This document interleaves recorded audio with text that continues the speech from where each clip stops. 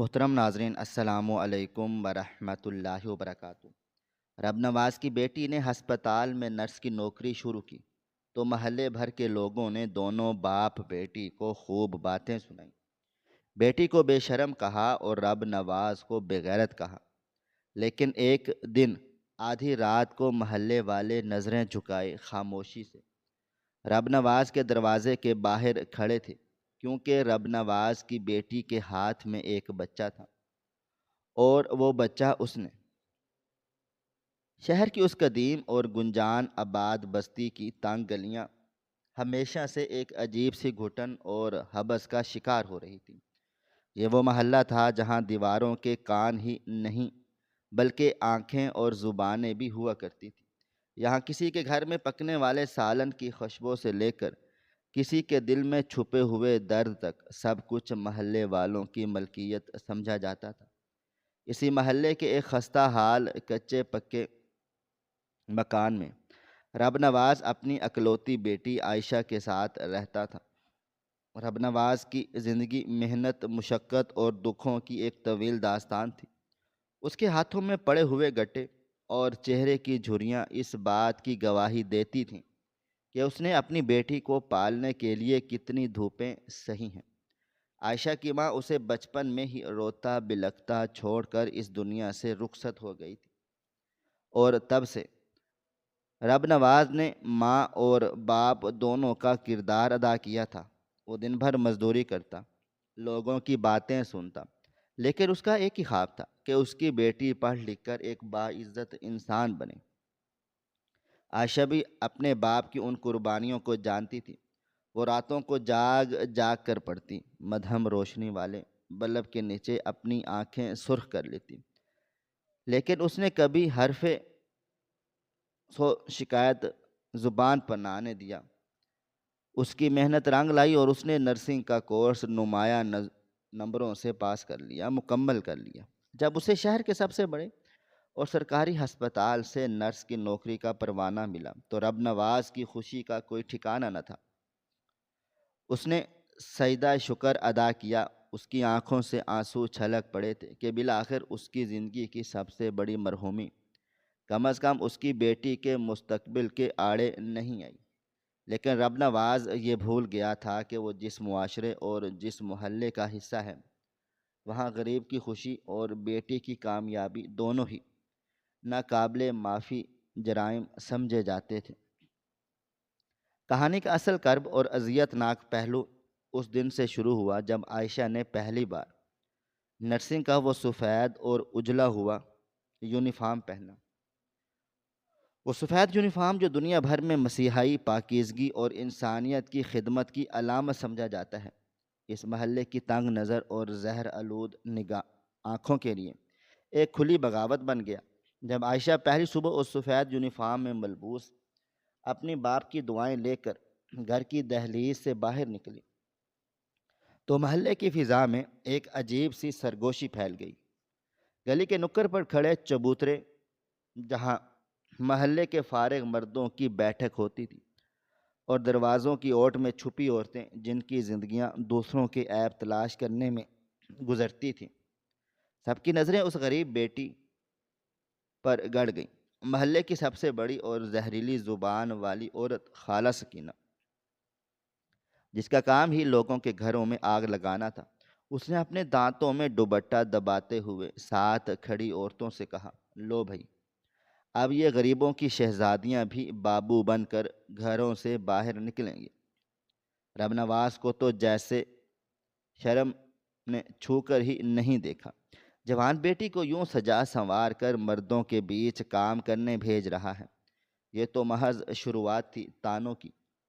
وہ دھیمی آگ جو پہلے دن سلگی تھی اس وقت ایک بھڑکتے ہوئے الاؤ میں تبدیل ہوگی جب ہسپتال والوں نے عائشہ کی ڈیوٹی رات کی شفٹ میں لگا دی۔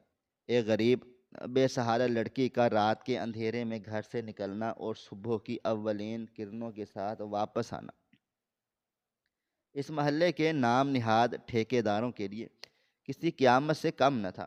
اب وہ سرگوشیاں اونچی آوازوں اور کھلے تانوں میں بدل گئیں۔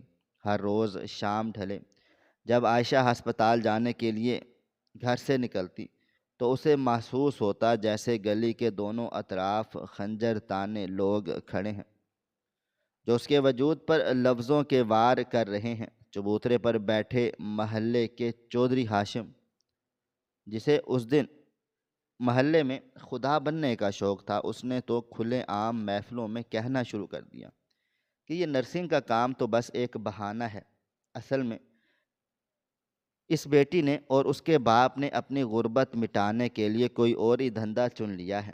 یہ الفاظ اتنے شفاق اور زہریلے تھے کہ اگر پتھر پر پڑتے تو وہ بھی ریزہ ریزہ ہو جاتا۔ محلے کی عورتیں جب عائشہ کو صبح واپس آتے دیکھتی تو جان بوجھ کر زور زور سے کھانستی اور اپنے ماتھے پر سلوٹیں ڈال کر اسے بے شرم، آزاد خیال اور بد کردار جیسے القابات سے نوازتیں۔ ان کے نزدیک ایک شریف زادی کا راتوں کو گھر سے باہر رہنا اس بات کی کھلی دلیل تھی کہ وہ اپنا کردار بیچ چکی ہے۔ دوسری طرف رب نواز کی حالت اس پرندے جیسی ہو گئی تھی جس کے پر نوچ کر اسے چیلوں کے غول میں پھینک دیا گیا ہو۔ جب وہ سودا سلف لینے محلے کی دکان پر جاتا تو لوگ اس کے منہ پر تو کچھ نہ کہتے، لیکن اس کے مڑتے ہی آوازیں کستے، دیکھو جا رہا ہے بغیرت باپ، جس کی روٹی اب اس کی بیٹی کی کمائی اور رات کی نوکری سے چلتی ہے۔ یہ لفظ بغیرت رب نواز کے کانوں میں پگھلے ہوئے شیشے کی طرح اترتا تھا۔ اس کا سینہ پھٹنے لگتا، اس کا جی چاہتا تھا کہ وہ چیخ چیخ کر ان اندھے اور بہرے لوگوں کو بتائے کہ اس کی بیٹی راتوں کو جا کر عیاشی نہیں کرتی، بلکہ ان مریضوں کے زخم دھوتی ہے جن کے اپنے انہیں خون میں لت پت چھوڑ جاتے ہیں۔ وہ انہیں بتانا چاہتا تھا کہ اس کی بیٹی نے کتنی راتیں ان لوگوں کی ڈوبتی ہوئی سانسیں بحال کرنے میں گزاری ہیں جنہیں ڈاکٹر جواب دے چکے ہوتے ہیں، لیکن وہ جانتا تھا کہ یہ لوگ سچ نہیں سننا چاہتے، انہیں صرف کسی کی عزت اچھالنے میں مزہ آتا ہے۔ بات صرف تانوں تک محدود نہ رہی، آہستہ آہستہ محلے والوں نے رب نواز اور عائشہ کا مکمل سماجی بائیکاٹ کر دیا۔ دکانداروں نے انہیں ادھار دینا تو درکنار نقد سودا دینے سے بھی ہچکچانا شروع کر دیا۔ محلے کی شادی غمی میں ان کا بلاوا بند کر دیا گیا، یہاں تک کہ اگر رب نواز مسجد میں نماز پڑھنے جاتا تو اس کے آس پاس کھڑے لوگ جان بوجھ کر تھوڑا دور کھسک جاتے، جیسے غریب کی بے بسی اور بیٹی کی نوکری کوئی چھوت کی بیماری ہو جو انہیں بھی لگ جائے گی۔ چودھری ہاشم نے محلے کے لوگوں کو اکٹھا کر کے باقاعدہ اعلان کر دیا کہ رب نواز کے گھرانے کا محلے کی عزت اور ناموس سے کوئی تعلق نہیں ہے، اور بہت جلد وہ مل کر کوئی ایسا طریقہ نکالیں گے کہ اس بغیرت باپ اور اس کی بے شرم بیٹی کو اس محلے سے ہی باہر نکال دیا جائے۔ یہ دن ان دونوں باپ بیٹی کے لیے کسی کڑی آزمائش سے کم نہ تھے۔ گھر کی چار دیواری میں ایک عجیب سی اداسی اور خوف کا سایہ منڈلانے لگا۔ عائشہ اندر ہی اندر ٹوٹ رہی تھی، وہ ہسپتال میں موت اور زندگی کی کشمکش دیکھتی اور گھر آ کر اپنے ہی محلے والوں کے ہاتھوں اپنی عزت کو روز مرتہ دیکھتی تھی۔ اس کے اصحاب جواب دے رہے تھے۔ ایک رات جب باہر گہری تاریکی چھائی ہوئی تھی اور محلے کے کتے بھونک رہے تھے، عائشہ اپنی نائٹ شفٹ پر جانے کے لیے تیار ہو رہی تھی۔ اس کے ہاتھ کانپ رہے تھے اور آنکھوں سے مسلسل آنسو بہہ رہے تھے۔ اس نے اپنا سفید یونیفارم پہنا، لیکن آج یہ یونیفارم اسے کسی کفن کی طرح لگ رہا تھا جو اس کی عزت، اس کی خودی اور اس کے باپ کے وقار کو دفن کرنے کے لیے پہنایا گیا ہو۔ اسے مزید برداشت نہ ہوا، وہ اپنا بیگ وہیں پھینک کر فرش پر بیٹھ گئی اور دھاڑے مار مار کر رونے لگی۔ رب نواز جو چارپائی پر بیٹھا اپنی بیٹی کے چہرے کے بدلتے رنگ دیکھ رہا تھا، تڑپ کر اٹھا اور عائشہ کے پاس فرش پر بیٹھ گیا۔ عائشہ نے اپنے باپ کے گھٹنوں پر سر رکھ کر اور ہچکیاں لیتے ہوئے بولی، بابا مجھ سے اب اور نہیں ہوتا، میں نہیں جاؤں گی اس نوکری پر۔ میں لوگوں کی یہ غلیظ نظریں، ان کے یہ کاٹ کھانے والے تانے اور آپ کے لیے وہ گندے الفاظ مزید نہیں سن سکتی۔ بابا، میں ان بیماریوں کی جانیں بچاتے بچاتے اپنے بابا کی جان کی اور اس عزت کی جان بھی لے رہی ہوں۔ میں کل ہی استعفیٰ دے دوں گی، ہم بھوکے مر جائیں گے، آپ کے ساتھ لوگوں کے گھروں میں جھاڑو لگا لوں گی، لیکن مجھے اب کوئی نرس نہیں بننا۔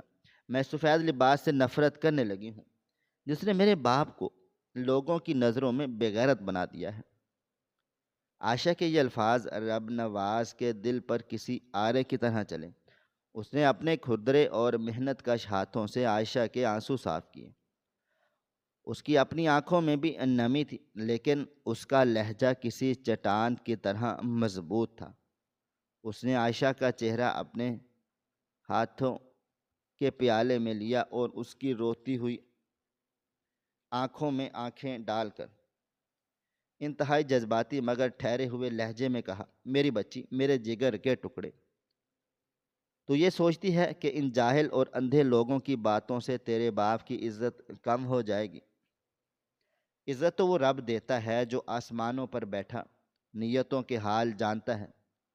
یہ جو تجھے گالیاں دیتے ہیں، یہ تیرے اس سفید لباس کی پاکیزگی سے خوف زدہ ہیں۔ انہیں اس بات کی تکلیف نہیں ہے کہ تو رات کو گھر سے باہر کیوں جاتی ہے، انہیں تکلیف اس بات کی ہے کہ ایک غریب کی بیٹی کیسے قابل کیسے ہو گئی۔ رب نواز نے گہری سانس لی اور اس کے سر پر اپنا پیار بھرا ہاتھ رکھتے ہوئے بولا، بیٹا، تو کوئی گناہ نہیں کر رہی۔ لوگوں کی جان بچانا، ان کے زخموں پر مرہم رکھنا، ان کی تکلیف کم کرنا، یہ تو پیغمبروں کا پیشہ رہا ہے۔ تو اس محلے کے طعنوں سے ڈر کر ان سسکتے ہوئے مریضوں کو کیسے چھوڑ سکتی ہے جن کی آخری امید تیرے ہاتھ میں پکڑی ہوئی دوا کی شیشی ہوتی ہے؟ جس دن تو نے کسی کی گرتی ہوئی نبض کو دوبارہ چلتے دیکھا، کیا اس نے ایک لمحے کی خوشی ان ہزار طعنوں سے بڑی نہیں تھی؟ یہ محلے والے تو صرف باتیں کر سکتے ہیں، یہ کسی کا دکھ نہیں بانٹ سکتے۔ تجھے پیچھے نہیں ہٹنا میری بچی، تجھے رکنا نہیں ہے۔ اگر تو آج رک گئی تو ان جاہلوں کی جیت ہو جائے گی اور انسانیت ہار جائے گی۔ یہ آج تجھے بے شرم اور مجھے بے غیرت کہتے ہیں نا، کہنے دے، تو اپنا کام پوری ایمانداری سے کرتی رہے۔ ایک دن یہی محلہ، یہی چودھری اور یہی طعنے دینے والی زبانیں تیرے اس سفید یونیفارم کی عظمت کے سامنے سر جھکائیں گی۔ میرا خدا بڑا بے نیاز ہے اور وہ ان لوگوں کو ضرور بتائے گا کہ اصل بے غیرت کون ہے اور اصل مسیحا کون ہے۔ اٹھ میری بیٹی، اپنے آنسو پونچھ اور جا کر اپنا فرض نبھا۔ تیرا باپ تیرے ساتھ کھڑا ہے، چاہے پوری دنیا ہمارے خلاف کیوں نہ ہو جائے۔ رب نواز کے ان الفاظ نے جیسے ہی عائشہ کے مردہ وجود میں ایک نئی روح پھونک دی ہو۔ اس کے باپ کا اعتماد اس کے لیے کسی ڈھال سے کم نہ تھا۔ اس نے آنسو پونچھے، اپنا بیگ اٹھایا اور ایک نئے عزم کے ساتھ کھڑی ہو گئی۔ وہ جانتی تھی کہ محلے کی گلیوں میں اندھیرا اور نفرت اس کا انتظار کر رہے ہیں، لیکن اس کے دل میں باپ کی دعاؤں اور فرض کی روشنی اتنی تیز تھی کہ اب کوئی طعنہ اس کے قدم ڈگمگا نہیں سکتا تھا۔ اس نے دروازے کی کنڈی کھولی اور رات کی سیاہی میں اس محلے سے باہر نکل گئی، جہاں اب نفرتیں اس کے لیے کوئی معنی نہیں رکھتی تھیں، کیونکہ اس کی منزل وہ درد میں ڈوبے ہوئے لوگ تھے جو ہسپتال کے بستروں پر کسی مسیحا کا انتظار کر رہے تھے۔ ہسپتال کی فضا میں ایک عجیب سی اداسی اور درد کی بو پھیلی ہوئی تھی، جہاں زندگی اور موت ہر پل ایک دوسرے سے الجھ رہی تھی۔ ایمرجنسی وارڈ کی سفید دیواریں ان ان گنت چیخوں، سسکیوں اور بہتے ہوئے آنسوؤں کی خاموش گواہ تھیں۔ رات کا اندھیرا جتنا گہرا ہوتا، ہسپتال کی راہداریوں میں خوف اور بے بسی کے سائے اتنے ہی طویل ہو جاتے۔ عائشہ جب اپنے سفید یونیفارم میں وارڈ کے اندر قدم رکھتی تو اس کا سارا وجود ایک انجانی سی طاقت اور ہمدردی سے بھر جاتا۔ وہ اپنے محلے کی ان تمام تلخیوں، طعنوں اور زہریلی باتوں کو ہسپتال کے بڑے دروازے کے باہر ہی چھوڑ آتی تھی۔ وارڈ میں موجود ہر مریض کی تکلیف اسے اپنی تکلیف محسوس ہوتی۔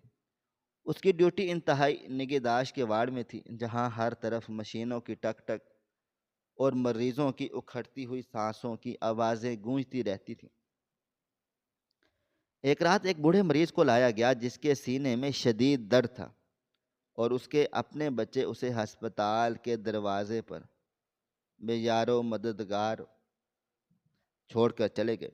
عائشہ نے اس اجنبی بوڑھے کا ہاتھ اپنے دونوں ہاتھوں میں لیا، اس کی پیشانی پر آئے ہوئے ٹھنڈے پسینے کو صاف کیا اور اسے تسلی دی کہ وہ تنہا نہیں ہے۔ بوڑھے کی ڈبڈبائی ہوئی آنکھوں میں عائشہ کے لیے جو تشکر اور دعائیں تھیں، وہ دنیا کی ہر دولت سے بڑھ کر تھی۔ وہ ساری رات اس کے سرہانے کھڑی رہی، اس کی دوائیوں کا خاص خیال رکھا، اور جب صبح کے وقت اس بوڑھے کی حالت سنبھلی تو اس نے اپنے کامتے ہوئے ہاتھوں سے عائشہ کو دعائیں دیں کہ بیٹا، تم کوئی انسان نہیں بلکہ خدا کا بھیجا ہوا کوئی فرشتہ ہو، جو مجھ جیسے لاوارثوں کی زندگی بچانے کے لیے اس زمین پر اترا ہے۔ عائشہ کی آنکھوں میں آنسو آ گئے، کیونکہ یہ وہی لڑکی تھی جسے چند گھنٹے پہلے اس کے اپنے محلے والے ایک بے شرم اور بد کردار لڑکی کہہ کر پکار رہے تھے، اور یہاں موت کی وادیوں سے واپس آنے والا ایک انسان اسے فرشتہ کہہ رہا تھا۔ یہ کتنا عجیب اور دل چیر دینے والا تضاد تھا کہ وہ جن ہاتھوں سے لوگوں کے رستے ہوئے زخموں پر پٹیاں باندھتی تھی، انہی ہاتھوں کو اس کا اپنا معاشرہ گناہ گار سمجھتا تھا۔ وہ جس سفید لباس کو پہن کر انسانیت کی خدمت کی سب سے بڑی مثال قائم کر رہی تھی، اسی لباس کو محلے کے ٹھیکیداروں نے بے حیائی کا لبادہ قرار دیا تھا۔ ہسپتال کا ہر ڈاکٹر اور ہر نرس عائشہ کی محنت، لگن اور اس کے فرض شناس رویے کی قسم کھاتا تھا۔ جب کبھی کوئی بہت نازک کیس آتا یا کوئی ایسا مریض جسے موت نے اپنے پنجوں میں جکڑ لیا ہو، تو سب سے پہلے عائشہ کو ہی بلایا جاتا، کیونکہ اس کے ہاتھوں میں ایک عجیب سی شفا اور اس کی باتوں میں ایک ایسا مرہم تھا جو مریض کو جینے کی ایک نئی آس امید دلا دیتا تھا۔ ایک مرتبہ رات کے پچھلے پہر ایک خوفناک حادثے کا شکار ہونے والے نوجوان کو ایمرجنسی میں لایا گیا، اور جس کا سارا جسم خون میں لت پت تھا اور اس کی ہڈیاں تک ٹوٹ چکی تھی۔ وارڈ کا فرش خون سے سرخ ہو گیا اور کئی نرسیں اس بھیانک منظر کو دیکھ کر پیچھے ہٹ گئیں، لیکن عائشہ کے قدم ایک لمحے کے لیے بھی نہیں ڈگمگائے۔ اس نے فوراً آگے بڑھ کر اس نوجوان کے خون کو صاف کرنا شروع کیا، اس کی رگوں میں خون زندگی دوڑانے کے لیے خون کی بوتلیں لگائیں، اور مسلسل ڈاکٹرز کی ہدایات پر عمل کرتی رہی۔ اس نوجوان کی ماں وارڈ کے باہر دھاڑے مار مار کر رو رہی تھی، اور جب کئی گھنٹوں کی مسلسل جدوجہد کے بعد اس نوجوان کی دھڑکنیں بحال ہوئیں تو عائشہ خود بھی نڈھال ہو کر ایک کرسی پر گر پڑی۔ اس کے سفید یونیفارم پر اس اجنبی کے خون کے چھینٹے پڑے تھے، لیکن یہ چھینٹے کسی گناہ کے نہیں بلکہ ایک زندگی کو بچانے کی گواہی دے رہے تھے۔ اس نوجوان کی ماں نے اندر آ کر عائشہ کے قدموں میں گر کر اس کے ہاتھ چوم لیے اور کہا، میری بچی، تو نے میرے اجڑے ہوئے گھر کو دوبارہ بسا دیا ہے، تیرا یہ احسان نہیں اتار سکتی۔ عائشہ نے روتے ہوئے اس ماں کو گلے سے لگا لیا، اور اس کے دل میں ایک بار پھر اپنے باپ رب نواز کے وہ الفاظ گونجے کہ بیٹا، لوگوں کی جان بچانا پیغمبروں کا کام ہے، تم پیچھے مت ہٹنا۔ لیکن یہ کیسی بدقسمتی تھی کہ رات بھر انسانیت کی معراج پر کھڑی رہنے والی یہ مسیحا جب صبح کے وقت تھکن سے چور اپنی نیند قربان کر کے اپنے گھر کی طرف لوٹتی تو اس کا استقبال کرنے کے لیے دعاؤں کی بجائے نفرت انگیز نظریں اور زہریلے طعنے تیار ہوتے تھے۔ محلے کی گلی میں قدم رکھتے ہی اس کی وہ ساری روحانی خوشی اور طمانینت جو اسے کسی مریض کی جان بچا کر ملتی تھی، ایک دم ریزہ ریزہ ہو جاتی تھی۔ گلی کے موڑ پر کھڑے ہوئے آوارہ لڑکے اسے دیکھ کر عجیب عجیب آوازیں نکالتے تھے، اور محلے کی عورتیں اپنے گھروں کے دروازے یوں زور سے بند کر دیتی جیسے کوئی بہت بڑی غلاظت ان کی گلی سے گزر رہی ہو۔ عائشہ سر جھکائے اپنی آنکھوں میں آئے ہوئے آنسوؤں کو چھپانے کی کوشش کرتی ہوئی تیز تیز قدموں سے چلتی اور سیدھی اپنے گھر کے اندر داخل ہو کر دروازہ بند کر لیتی، جہاں اس کا بوڑھا باپ اس کی راہ تک رہا ہوتا۔ رب نواز اپنی بیٹی کے چہرے کی زردی اور اس کی آنکھوں کی ویرانی دیکھ کر سب کچھ سمجھ جاتا۔ وہ آگے بڑھ کر اپنی بیٹی کے سر پر ہاتھ پھیرتا اور اسے دلاسا دیتا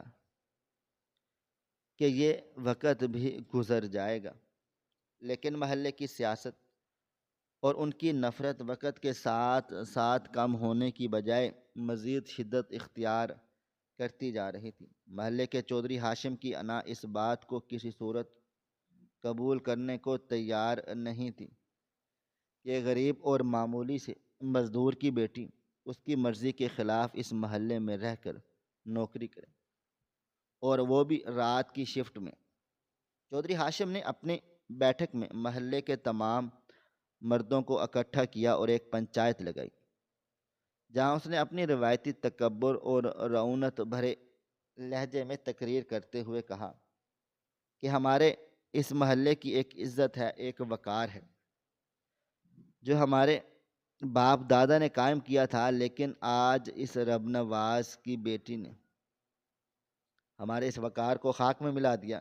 ایک نوجوان لڑکی رات بھر گھر سے غائب رہتی ہے اور صبح منہ اٹھا کر واپس آ جاتی ہے، اور ہم سب خاموشی سے یہ بغیرتی دیکھ رہے ہیں۔ کل کو ہماری اپنی بیٹیاں اور بہنیں بھی اسی راستے پر چل نکلیں بھی، اور تو ہم کسے وہ دکھائیں گے؟ اس لیے میں نے یہ فیصلہ کر لیا ہے کہ اس محلے میں اب یا تو یہ رب نواز اور اس کی بے شرم بیٹی رہیں گی، یا پھر ہم شریف لوگ رہیں گے۔ چودھری ہاشم کی اس بھڑکاؤ تقریر نے محلے والوں کے دلوں میں پہلے سے موجود نفرت کے الاؤ پر تیل کا کام کیا، اور سب نے یک زبان ہو کر چودھری کے فیصلے کی تائید کی۔ خالہ سکینہ نے تو یہاں تک کہہ دیا کہ ان دونوں باپ بیٹی کا منہ کالا کر کے انہیں گدھے پر بٹھا کر پورے محلے کا چکر لگوانا چاہیے، تاکہ آئندہ کسی غریب کی بیٹی کو نوکری کرنے کی جرت نہ ہو۔ یہ خبر اڑتی اڑتی ہوئی جب رب نواز کے کانوں تک پہنچی تو اس کے وجود میں جیسے بجلیاں سے گر پڑیں۔ اس نے اپنی ساری زندگی شرافت اور ایمانداری سے گزاری تھی، اس کا دامن کسی بھی قسم کے داغ سے پاک صاف تھا، اور آج اسے اور اس کی بیٹی کو محلے سے نکالنے کی تیاریاں ہو رہی تھی، جس نے کبھی کسی کی طرف آنکھ اٹھا کر بھی نہیں دیکھا تھا۔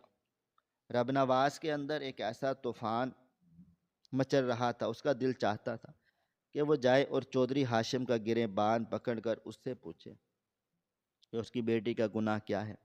کیا غریب ہونا اور محنت کر کے رزق حلال کمانا کوئی جرم ہے، اور اس کی سزا میں انہیں دربدر کر دیا جائے؟ لیکن رب نواز جانتا تھا کہ غریب کی کوئی آواز نہیں ہوتی، اگر وہ بولا تو یہ بھیڑیے اسے اور اس کی بیٹی کو کچا چبا جائیں گے۔ اس نے خاموشی سے صبر کا گھونٹ بھرا اور آسمان کی طرف دیکھ کر صرف اتنا کہا کہ میرے مولا، میری عزت تیرے ہاتھوں میں ہے، تو ہی بہترین انصاف کرنے والا ہے۔ عائشہ جب شام کو نوکری پر جانے کے لیے تیار ہو رہی تھی تو اس نے اپنے باپ کے چہرے پر پھیلی ہوئی وہ گہری اداسی اور خوف دیکھ لیا جو وہ چھپانے کی کوشش کر رہا تھا۔ عائشہ نے اپنے باپ کے پاس بیٹھ کر اس کے ہاتھ اپنے ہاتھوں میں لیے اور نمناک آواز میں پوچھا، بابا کیا ہوا ہے؟ آپ اتنے پریشان کیوں ہیں؟ رب نواز نے اپنے آنسوؤں کو پینے کی کوشش کرتے ہوئے اسے چودھری ہاشم کے فیصلے کے بارے میں بتایا تو عائشہ کے قدموں تلے سے زمین نکل گئی۔ اسے ایسا لگا جیسے کسی نے اس کی روح کو نوچ لیا ہو۔ وہ دھاڑے مار مار کر رونے لگی اور اپنے باپ سے لپٹ گئی کہ بابا جان، یہ دنیا اتنی ظالم کیوں ہوتی ہے، اور ہم نے کسی کا کیا بگاڑا ہے؟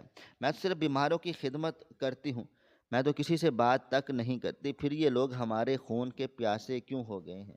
بابا جان، ہم یہ محلہ چھوڑ دیتے ہیں، ہم کہیں اور چلے جائیں گے۔ جہاں ہمیں کوئی بھی نہ جانتا ہو، جہاں ہمیں کوئی بغیرت اور بے شرم نہ کہے۔ عائشہ کے ان الفاظ نے رب نواز کے دل کو چھلنی کر دیا۔ اس نے عائشہ کے آنسو صاف کیے اور اسے اپنے گلے سے لگا کر کہا، نہیں میری بچی، ہم یہ محلہ نہیں چھوڑیں گے۔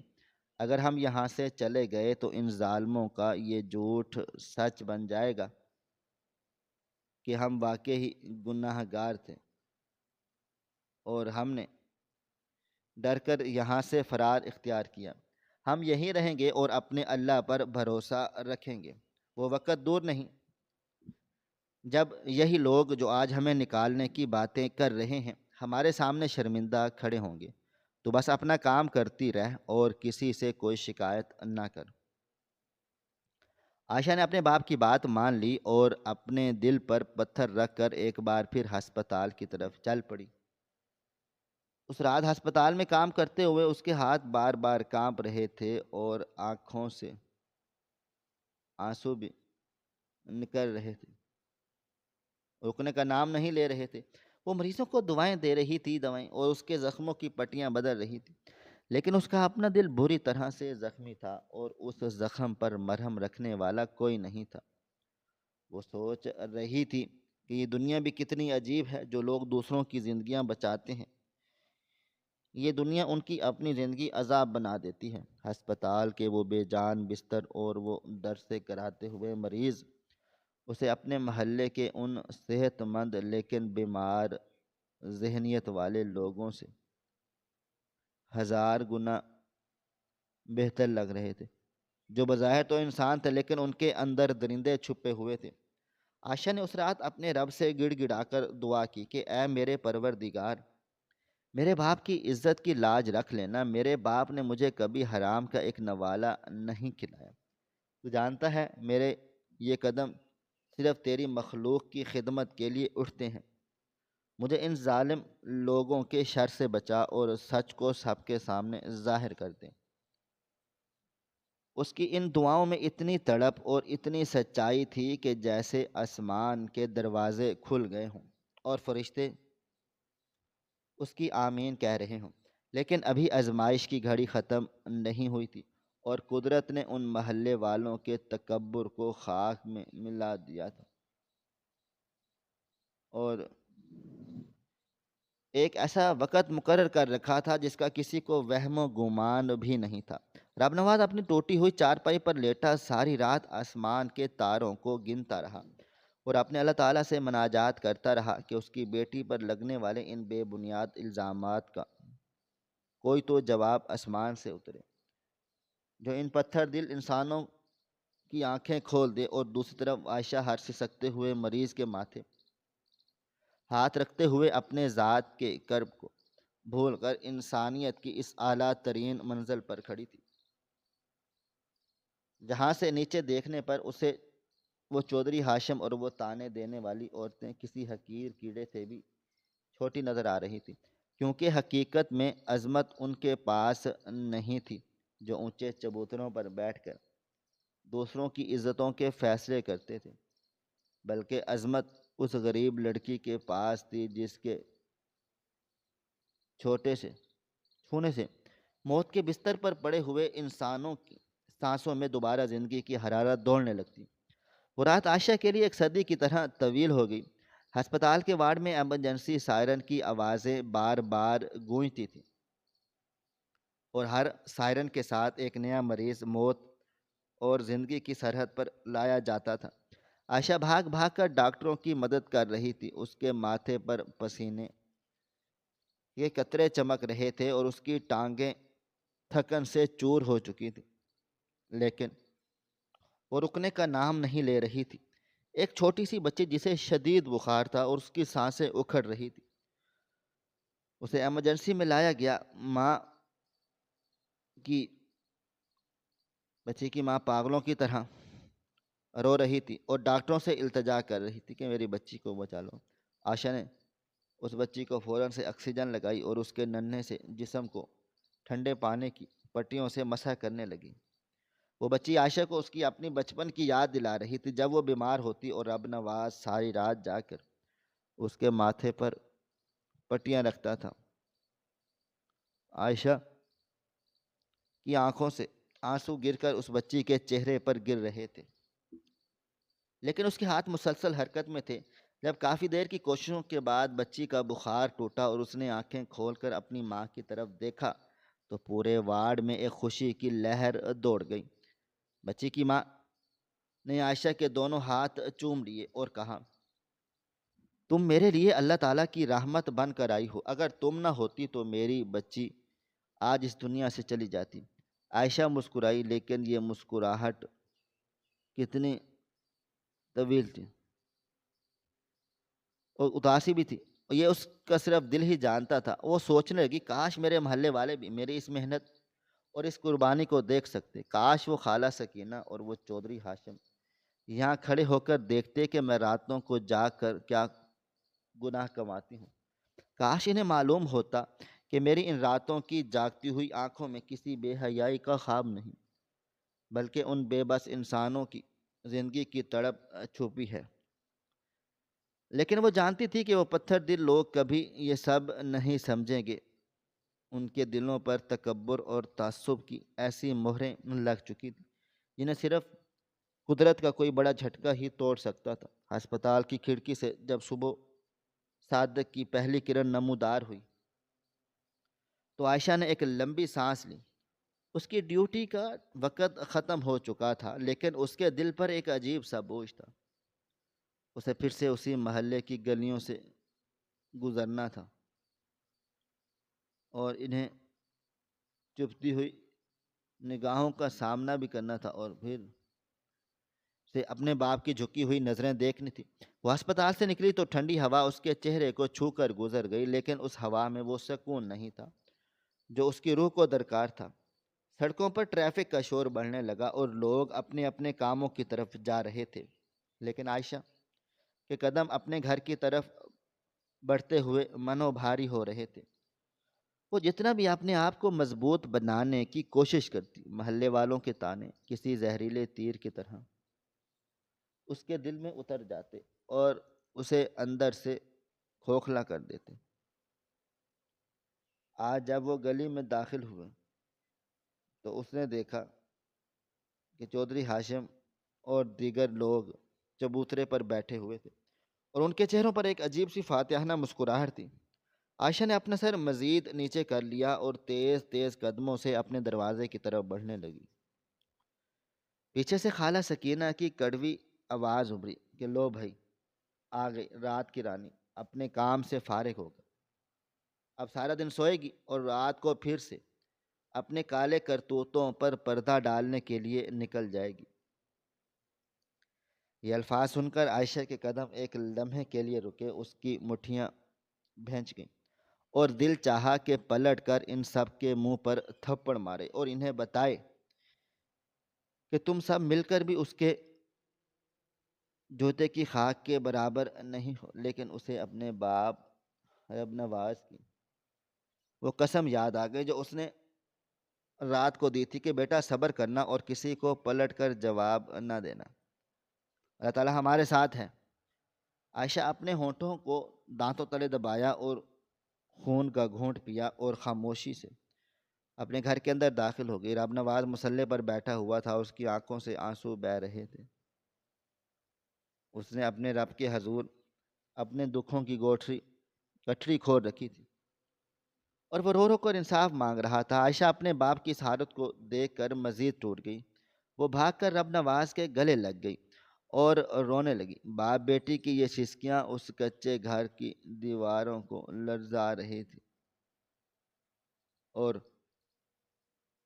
ٹکرا کر واپس بھی آ جاتی تھی، اور کوئی ان کا دکھ درد بانٹنے والا نہیں تھا، لیکن ان کے آنسوؤں نے عرش کو ہلا دیا اور کائنات کا مالک ان محلے والوں کی اس درندگی اور اس ظلم کا حساب چکانے کے لیے ایک ایسا طوفان تیار کر رہا تھا جو ان سب کے غرور کو ہمیشہ کے لیے خاک میں ملا دینے والا تھا۔ اور اس طوفان کی پہلی آہٹ اس رات کی سیاہی میں چھپی ہوئی تھی جو آنے والی تھی اور جو اپنے ساتھ ایک ایسی قیامت خیز آزمائش لانے والی تھی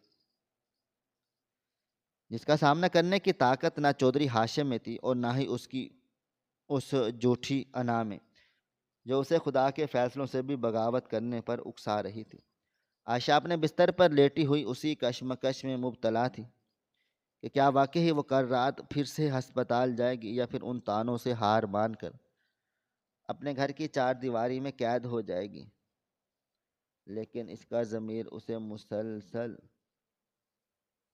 پکار رہا تھا کہ حق کا راستہ کبھی بھی آسان نہیں ہوتا، اور جو لوگ کانٹوں پر چل کر دوسروں کے لیے پھول چنتے ہیں وہی دراصل قدرت کے چنے ہوئے لوگ ہوتے ہیں، اور وہ اپنے آنسوؤں کو اپنا ہتھیار بنا کر آنے والے اس بھیانک وقت کا انتظار کرنے لگی جب حق اور باطل کا یہ ٹکراؤ اپنے عروج پر پہنچنے والا تھا، جہاں ایک طرف ہسپتال کی وہ پرسکون مساحی تھی تو دوسرا محلے کی وہ غلیظ سیاست جس نے دو بے گناہ انسانوں کا جینا حرام کر رکھا تھا۔ یہ دوہرا معیار معاشرے کے اس گھناؤنے چہرے کی عکاسی کر رہا تھا جہاں شرافت کو کمزوری اور محنت کو بےغیرتی سمجھا جاتا ہے، لیکن قدرت کا قانون بڑا بے رحم ہوتا ہے، اور وہ ظالم اتنی ہی ڈھیل دیتا ہے عالم کو کہ جتنی اس کے انجام کو عبرتناک بنانے کے لیے ضروری ہوتی ہے۔ آسمان پر کالی اور مہیب گھٹائیں ایک بھیانک عفریت کی طرح چھا چکی تھی، اور رات کی تاریکی میں ایک ایسا خوفناک طوفان امڑ آیا تھا جس نے پورے شہر کو اپنی لپیٹ میں لے لیا تھا۔ تیز ہوائیں اور کسی پاگل اور بکھرے ہوئے درندوں کی طرح محلے کی کچی پکی دیواروں سے ٹکرا رہی تھی، اور بجلی کی کڑک سے زمین اس طرح کانپ اٹھتی جیسے ابھی پھٹ جائے گی۔ موسلادھار بارش نے گلیوں کو ندی نالوں میں تبدیل کر دیا، اور گٹھنوں گٹھنوں پانی میں سارا محلہ ڈوب چکا تھا۔ بجلی کے کھمبے گر چکے تھے، تاریں ٹوٹ کر پانی میں جھول رہی تھیں، اور ہر طرف ایک گہرا اور ڈراؤنا اندھیرا چھایا ہوا تھا جس میں صرف آسمانی بجلی کی چمک ہی لمحہ بھر کے لیے چیزوں کو روشن کرتی تھی۔ قدرت کا جلال اپنے عروج پر تھا، اور ایسا لگ رہا تھا جیسے آج آسمان اس بستی کے تمام گناہوں اور ان کے دلوں میں چھپی ہوئی نفرتوں کو دھو ڈالنے کا ارادہ کر کے آیا ہے۔ محلے کی سب سے اونچی اور مضبوط حویلی جو چودھری ہاشم کے تکبر اور غرور کی علامت تھی، آج قدرت کے اس طوفان کے سامنے ریت کی طرح ایک کمزور دیوار ثابت ہو رہی تھی۔ اس حویلی کے اندر ایک اور ہی قیامت برپا تھی جو باہر کے طوفان سے کہیں زیادہ خوفناک تھی۔ چودھری ہاشم کی اکلوتی بہو درد زاہ سے تڑپ رہی تھی، اور اس کی چیخیں طوفان کے شور کو بھی چیرتے ہوئے باہر گلی تک آ رہی تھی۔ وقت سے پہلے ہونے والی اس ڈلیوری نے پورے گھر کو شدید خوف اور افراتفری میں مبتلا کر دیا تھا۔ چودھری ہاشم جو کل تک محلے والوں کی زندگی اور موت کے فیصلے اپنی بیٹھک میں بڑی رعونت سے کرتا تھا، آج بے بسی کی تصویر بنا اپنے ہی دلان میں ادھر سے ادھر چکر کاٹ رہا تھا، اور اس کا غرور اور اس کی طاقت، اس کا رعب اور اس کا بے تحاشا پیسہ آج اس کی بہو کی ایک چیخ کو بھی کم کرنے کے لیے مکمل طور پر ناکام ہو چکے تھے۔ خالہ سکینہ جو اس حویلی میں موجود تھی، جس کی زبان ہمیشہ دوسروں پر تانے کسنے کے لیے کینچی کی طرح چلتی تھی، آج خوف سے گونگی ہو چکی تھی، اور وہ پاگلوں کی طرح بارش میں بھیگتے ہوئے محلے کی پرانی دائی کو بلا لائی تھی۔ لیکن دائی نے اندر جا کر جب صورتحال دیکھی تو اس کے ہاتھ پاؤں پھول گئے۔ بہو کا خون تیزی سے بہہ رہا تھا، اور بچی یا بچے کی جان کو شدید خطرہ لاحق تھا۔ دائی نے خون میں لت پت ہاتھ باہر نکالے اور کانپتے ہوئے روتے ہوئے چودھری ہاشم سے کہا کہ چودھری صاحب، میرے بس کی بات نہیں، معاملہ بہت بگڑ چکا ہے، خون بہت زیادہ ضائع ہو چکا ہے، اور ماں اور بچے میں سے کسی ایک کو ہی بچایا جا سکتا ہے، اور وہ بھی اگر فوراً کسی بڑے ہسپتال کی ایمرجنسی میں لے جایا جائے تو، ورنہ دونوں جانیں میرے ہی ہاتھوں چلی جائیں گی۔ یہ سن کر چودھری ہاشم کے پیروں تلے سے زمین نکل گئی تھی، اور پھسلتا ہوا فوراً اپنے بیٹوں کو چیخ کر ایمبولینس لانے کے لیے دوڑایا، لیکن سڑکوں پر پانی اتنا بھر چکا تھا اور پرانے درخت گرنے کی وجہ سے راستے اس قدر بند تھے کہ کوئی بھی گاڑی یا ایمبولینس محلے کے اندر داخل نہیں ہو سکتی تھی۔ موت چودھری کی دہلیز پر کھڑی اپنے بھیانک دانت نکال کر مسکرا رہی تھی، اور اس کی آنکھوں کے سامنے اس کی نسل ختم ہونے کے بالکل قریب تھی۔ باہر گلی میں محلے کے کچھ مرد حضرت بارش میں بھیگتے ہوئے حویلی کے دروازے پر جمع ہو چکے تھے، لیکن کوئی کچھ بھی نہیں کر سکتا تھا۔ ہر چہرہ خوف سے سفید تھا، اور بہو کی دردناک چیخیں سب کے دل چیر رہی تھی۔ محلے والوں کو اپنی بے بسی کا شدت سے احساس ہو رہا تھا۔ وہ جو دوسروں کی پگڑیاں اچھالنے میں شیر تھے، آج قدرت کے سامنے بھیگی بلی بنے کھڑے تھے۔ عین اسی وقت جب موت اور زندگی کا فاصلہ چند لمحوں کا رہ گیا اور سب نے امید چھوڑ دی، گلی کے موڑ سے ایک سایہ نمودار ہوا۔ یہ عائشہ تھی، جو ہسپتال کی ایمرجنسی سے اپنی ڈیوٹی مکمل کر کے طوفان کے باوجود اپنے گھر کی طرف واپس آ رہی تھی۔ وہ تیز طوفانی بارش میں بھیگتی ہوئی، گھٹنوں تک گندے پانی میں چلتی ہوئی محلے میں داخل ہوئی۔ اس کا وہ سفید یونیفارم، جسے محلے والے بے حیائی کا نشان کہتے تھے، آج بارش کے پانی اور کیچڑ سے لت پت ہو چکا تھا، اور اس کے ہاتھ میں اس کا میڈیکل بیگ تھا، اور وہ سردی سے بری طرح کانپ رہی تھی۔ لیکن اس کی چال میں ایک عجیب سا وقار اور ایک ناقابل تسخیر عزم تھا۔ جیسے ہی وہ چودھری ہاشم کی حویلی کے قریب پہنچی، اس نے اندر سے آنے والی وہ دل خراش چیخیں سنی، جو کسی بھی میڈیکل پروفیشنل کے لیے ایک واضح پکار ہوتی ہیں۔ ایک لمحے کے لیے عائشہ کے قدم وہیں رکی، اور اس کے ذہن میں بجلی کے کوندے کی طرح وہ تمام تانے، وہ گانیاں اور وہ ذلت امیز الفاظ گونجنے لگے جو اسی چودھری ہاشم نے اس کے اور اس کے بوڑھے باپ کے لیے کہے تھے۔ اسے یاد آیا کہ کیسے اس حویلی کے چبوترے پر بیٹھ کر اسے بے شرم اور بد کردار کہا گیا، اور کیسے انہیں محلے سے نکالنے کی سازشیں کی گئیں۔ اس کے کانوں میں خالہ سکینہ کی وہ زہریلی ہنسی گونجی جو اس کے کردار پر کیچڑ اچھالتے وقت اس کی منہ سے نکلتی تھی۔ انسانی فطرت کے تقاضے کے تحت اپنے باپ کی بے عزتی کا بدلہ لینے کے لیے اسے وہاں سے چپ چاپ اپنے گھر چلے جانا چاہیے تھا، اور قدرت اس کے اس لائف انتقام کو دیکھ کر ہی دل میں خوش ہونا چاہیے تھا۔ لیکن وہ رب نواز کی بیٹی تھی، جس نے اسے سکھایا تھا کہ مسیحا کبھی بدلہ نہیں لیتے، اور انسانیت کی خدمت کرنے والے ذاتی رنجشوں کو موت کے بستر پر نہیں لاتے۔ اس نے گہری سانس لی، آسمان کی طرف دیکھا۔ بارش کے پانی نے اس کے چہرے کو دھویا، اور اس نے اپنے اندر کے تمام گلے شکوے اسی بارش کے پانی میں بہا دیے۔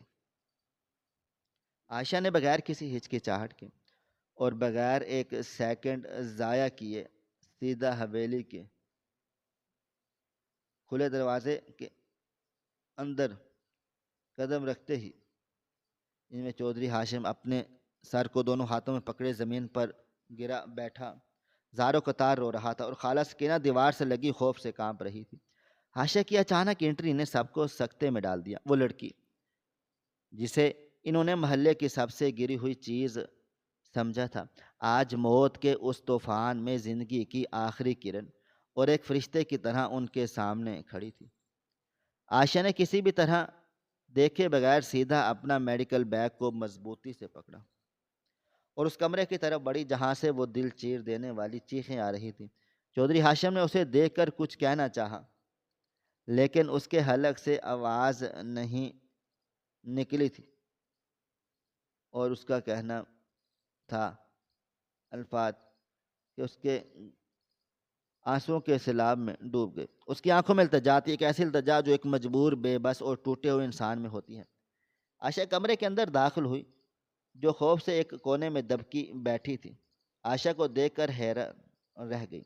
عائشہ نے فوراً اپنے بیگ سے ضروری میڈیکل آلات نکالے، دستانے پہنے، اور انتہائی تیزی اور مہارت سے صورتحال کا جائزہ لیا۔ اس نے دیکھا کہ وقت بالکل بھی نہیں ہے، اگر 1 منٹ کی بھی تاخیر ہوئی تو ماں اور بچہ دونوں موت کے منہ میں چلے جائیں گے۔ اس نے دائی کی طرف مڑ کر سختی اور حکم بھرے لہجے میں کہا کہ جلدی سے گرم پانی لاؤ اور میری مدد کرو، اور پھر اس نے دروازے کی طرف مڑ کر باہر کھڑے لوگوں سے کہا کہ باہر سے کنڈی لگا دو اور جب تک میں نہ کہوں کوئی اندر نہ آئے۔ کمرے کا دروازہ بند ہو گیا اور اب اس حویلی کے اندر ایک عجیب سی خاموشی چھا گئی۔ باہر بارش کا شور تھا، بادل گرج رہے تھے اور اندر موت اور زندگی کی ایک خوفناک حقیقت جنگ لڑ رہی تھی کہ جو حویلی والے کے باہر لوگ جمع تھے وہ اب بارش کی پرواہ کیے بغیر دروازے کے بالکل قریب آ کر کھڑے ہو گئے۔ بارش مسلسل ہو رہی تھی، سرد ہوائیں چل رہی تھی، لیکن کوئی بھی اپنی جگہ سے ہلنے کا نام نہیں لے رہا تھا۔ سب کی نظریں اس بند دروازے پر جمی تھی، جہاں ایک غریب نرس جسے انہوں نے رسوا کیا، جسے انہوں نے بے شرم کہا تھا، آج ان کے محلے کی سب سے بڑی عزت کو بچانے کے لیے اپنی جان لڑا رہی تھی۔ وقت جیسے تھم سا گیا ہو، ہر سیکنڈ ایک صدی کی طرح گزر رہا تھا۔ چودھری ہاشم بارش میں بھیگتا ہوا اس بند دروازے کے باہر دیوار کے ساتھ لگ کر کھڑا تھا، اور اس کی آنکھوں میں آنسو مسلسل بارش کے پانی کے ساتھ مل کر مسلسل بہہ رہے تھے، اور اسے اپنا ایک ایک لفظ یاد آ رہا تھا جو اس نے اس معصوم لڑکی کے خلاف بولا تھا۔ اسے یاد آ رہا تھا کہ کیسے اس نے رب نواز کو بے غیرت کہا۔ آج وہی لڑکی اس کی نسل کی آخری امید بن کر اس کمرے میں موجود تھی۔ یہ قدرت کا کیسا عجیب کھیل تھا جس نے تکبر کے ایک بہت بڑے پہاڑ کو ایک لمحے میں رائی کا دانہ بنا دیا تھا۔ تجسس، خوف اور شدید ندامت نے پورے محلے کو ایک سحر میں جکڑ لیا تھا۔ سب کے چہرے شرم سے جھکے ہوئے تھے، ان میں نظریں نہیں ملا پا رہا تھا۔ وہ سب ایک معجزے کا انتظار میں اپنی سانسیں روکے کھڑے تھے اور دل ہی دل میں اس لڑکی کی کامیابی کی دعائیں مانگ رہے تھے جس کے خلاف کل تک وہ سازشیں بن رہے تھے۔ اندر کمرے میں عائشہ اپنی پوری میڈیکل ٹریننگ اور اپنے پورے تجربے کو بروئے کار لا رہی تھی، اور اس کے ماتھے پر پسینے کے قطرے چمک رہے تھے۔ اس کے ہاتھ خون سے لت پت تھے، لیکن اس کے ارادے چٹان سے زیادہ مضبوط تھے۔ وہ مسلسل بہو کی گرتی ہوئی نبض کو چیک کر رہی تھی اور اسے ساتھ ہی بچے کی پوزیشن کو بھی سنبھال رہی تھی۔ اس کے کانوں میں اپنے باپ کے وہ الفاظ گونج رہے تھے، بیٹا، لوگوں کی جان بچانا پیغمبرانہ کام ہے، اور آج اسے یہ کام ہر حال میں مکمل کرنا تھا، اور چاہے اس کے لیے اسے اپنی جان ہی کیوں نہ گنوانی پڑ جائے۔ طوفان کا زور باہر سے کم ہونے کا نام نہیں لے رہا تھا، لیکن اندر کمرے میں چلنے والا طوفان اپنے عروج پر پہنچ چکا تھا، اور باہر کھڑے ہر شخص کا دل دھک دھک کر رہا تھا کہ کب دروازہ کھلے اور کیا خبر آئے گی۔ کیا موت جیت جائے گی، یا پھر وہ لڑکی جسے انہوں نے تانے دیے وہ زندگی کو موت کے جبڑے سے چھین لائے گی۔ یہ تجسس اتنا شدید تھا کہ لوگوں کو اپنی سانسیں بھی بھاری لگنے لگی۔ بارش کا پانی ان کے چہروں سے ہوتا ہوا ان کے قدموں میں گر رہا تھا، لیکن ان کی ساری توجہ صرف اور صرف اس ایک بند دروازے پر مرکوز تھی جس کے پیچھے اس کے غرور کا فیصلہ ہو رہا تھا۔ طوفان کا زور ٹوٹ چکا اور رات کی سیاہی میں صبح کی پہلی مدھم سی کرن نمودار ہو رہی تھی۔ حویلی کے دلان میں ایک جان لیوا خاموشی چھائی ہوئی تھی، جہاں چودھری ہاشم اور محلے والے سانسیں روک کے کھڑے تھے۔ اچانک اس بھیانک خاموشی کو چیرتی ہوئی ایک نومولود بچے کی تیز اور مسلسل رونے کی آواز گونجی۔ یہ آواز نہیں تھی، بلکہ موت کے جبڑے سے چھین کر لائی گئی زندگی کی نوید تھی۔ بند دروازہ آہستہ سے کھلا اور عائشہ باہر نکلی۔ اس کا سفید یونیفارم جگہ جگہ سے خون آلود تھا، اس کے بال بکھرے ہوئے تھے اور چہرہ تھکن سے نڈھال تھا، لیکن اس کی آنکھوں میں ایک فاتحانہ چمک تھی۔ اس کے دونوں ہاتھوں میں ایک ننھی سی جان تھی، جیسے اس نے ایک صاف کپڑے میں لپیٹ رکھا تھا۔ عائشہ نے وہ روتا ہوا بچہ چودھری ہاشم کی طرف بڑھایا اور دھیمی لیکن پروقار آواز میں کہا، اللہ کا شکر ادا کریں، ماں اور بچہ دونوں خطرے سے باہر ہیں۔ یہ سننا تھا کہ حویلی کے دلان میں موجود ہر شخص کی آنکھوں سے آنسو چھلک پڑے۔ چودھری ہاشم کے کامتے ہاتھوں نے اپنے پوتے کو تھاما تو اس کے گھٹنے جواب دے گئے اور وہ وہیں زمین پر بیٹھ کر پھوٹ پھوٹ کر رونے لگا۔ خالہ سکینہ نے آگے بڑھ کر عائشہ کے ہاتھ چوم لیے اور ندامت سے اپنے آنسوؤں کو نہ روک سکی۔ عائشہ نے کسی سے کوئی بات چیت نہیں کی۔ اس نے اپنا میڈیکل بیگ اٹھایا اور خاموشی سے حویلی سے باہر نکل گئی۔ پیچھے پیچھے پورا محلہ سر جھکائے اس کے قدموں کے نشان پر چلنے لگا۔ بارش رک چکی تھی اور محلے کی کچی گلیاں صبح کی روشنی میں بھیگ رہی تھی، اور عائشہ سیدھے اپنے کچے مکان میں داخل ہوئی جہاں اس کو بوڑھا باپ مصلے پر بیٹھا اس کی سلامتی کی دعائیں مانگ رہا تھا۔ کچھ ہی دیر کے بعد رب نواز کے دروازے کے باہر پورا محلہ جمع تھا، لیکن آج کوئی تانا بھی نہیں تھا، کوئی زہریلی آواز نہیں تھی، بلکہ گہری اور بوجھل خاموشی تھی۔ سب کی نظریں اس زمین میں گڑی تھی اور چہروں پر شرمندگی کا گہرا رنگ تھا۔ رب نواز نے دروازہ کھولا تو سامنے محلے والوں کا ہجوم دیکھ کر حیران رہ گیا۔ سب سے آگے چودھری ہاشم کھڑا تھا، جس نے اپنے سر سے تکبر کی پگڑی اتار کر اپنے ہاتھوں میں پکڑ رکھی تھی۔ چودھری ہاشم آگے بڑھا اور روتے ہوئے رب نواز کے قدموں میں رکھ دی اور رب نواز کے قدم میں گر پڑا۔ رب نواز کے پاؤں پکڑ لیا اور سسکتے ہوئے بولا، مجھے معاف کر دے رب نواز، میں اندھا ہو گیا تھا، میرے غرور نے میری عقل پر پردہ ڈال دیا تھا، میں نے تجھے بے غیرت اور تیری فرشتہ صفت بیٹی کو بے شرم کہا، لیکن آج اسی بیٹی نے میری نسل کو مرنے سے بچایا ہے۔ اس کے خون آلود یونیفارم نے میرے خاندان کی عزت بچائی ہے۔ اگر وہ آج نہ ہوتی تو میری حویلی میں ماتم بچ چکا ہوتا۔ تو سچا تھا اور ہم سب جھوٹے تھے، تیری بیٹی واقعی ہی مسیحا ہے۔ مجھے جو بڑی سزا دینی ہے دے دو، لیکن مجھے معاف کر دو، ورنہ میرا خدا مجھے کبھی معاف نہیں کرے گا۔ رب نواز کی آنکھوں سے آنسو بہہ نکلے۔ اس نے جھک کر چودھری کو اپنے قدموں سے اٹھایا اور اسے گلے لگا لیا، اور میں نے تو اللہ پر چھوڑ دیا تھا، عزت اور ذلت تو اسی کے ہاتھ میں ہے۔ عائشہ جو دروازے کی اوٹ میں کھڑی یہ سب منظر دیکھ رہی تھی، اس کے دل سے ایک بہت بڑا بوجھ اتر گیا۔ آج اس کے سفید یونیفارم کی پاکیزگی نے محلے کی تمام غلیظ سوچوں کو شکست دے دی تھی۔ محلے والوں کو یہ سبق مل چکا تھا کہ عزت کپڑے کے انداز میں یا لوگوں کی باتوں میں نہیں ہوتی، بلکہ انسانیت کی خدمت اور دوسروں کے کام آنے میں ہوتی ہے۔ جو لوگ اپنے آرام کو قربان کر کے دوسروں کے دکھ بانٹتے ہیں، وہی قدرت کے سچے اور عظیم انسان ہوتے ہیں۔ آج اس محلے کی دیواروں نے گواہی دی کہ وہ لڑکی جس پر کل تک پتھر پھینکے جا رہے تھے، آج سب کے دلوں پر راج کر رہی تھی، اور سچائی کا سورج پوری آب و تاب سے محلے کی گلیوں کو روشن کر رہا تھا۔ ناظرین، آپ کو ہماری آج کی کہانی کیسی لگی؟ کومنٹ باکس میں اپنی رائے کا اظہار ضرور کریں۔ خواہش صرف اتنی ہے کہ کچھ الفاظ لکھوں جس سے کوئی گمراہی کے راستے پہ جاتے جاتے رک جائے، اور نہ بھی رکے تو سوچ میں ضرور پڑ جائے۔ دوستو، امید کرتا ہوں کہ آپ کو یہ ہماری کہانی پسند آئی ہوگی۔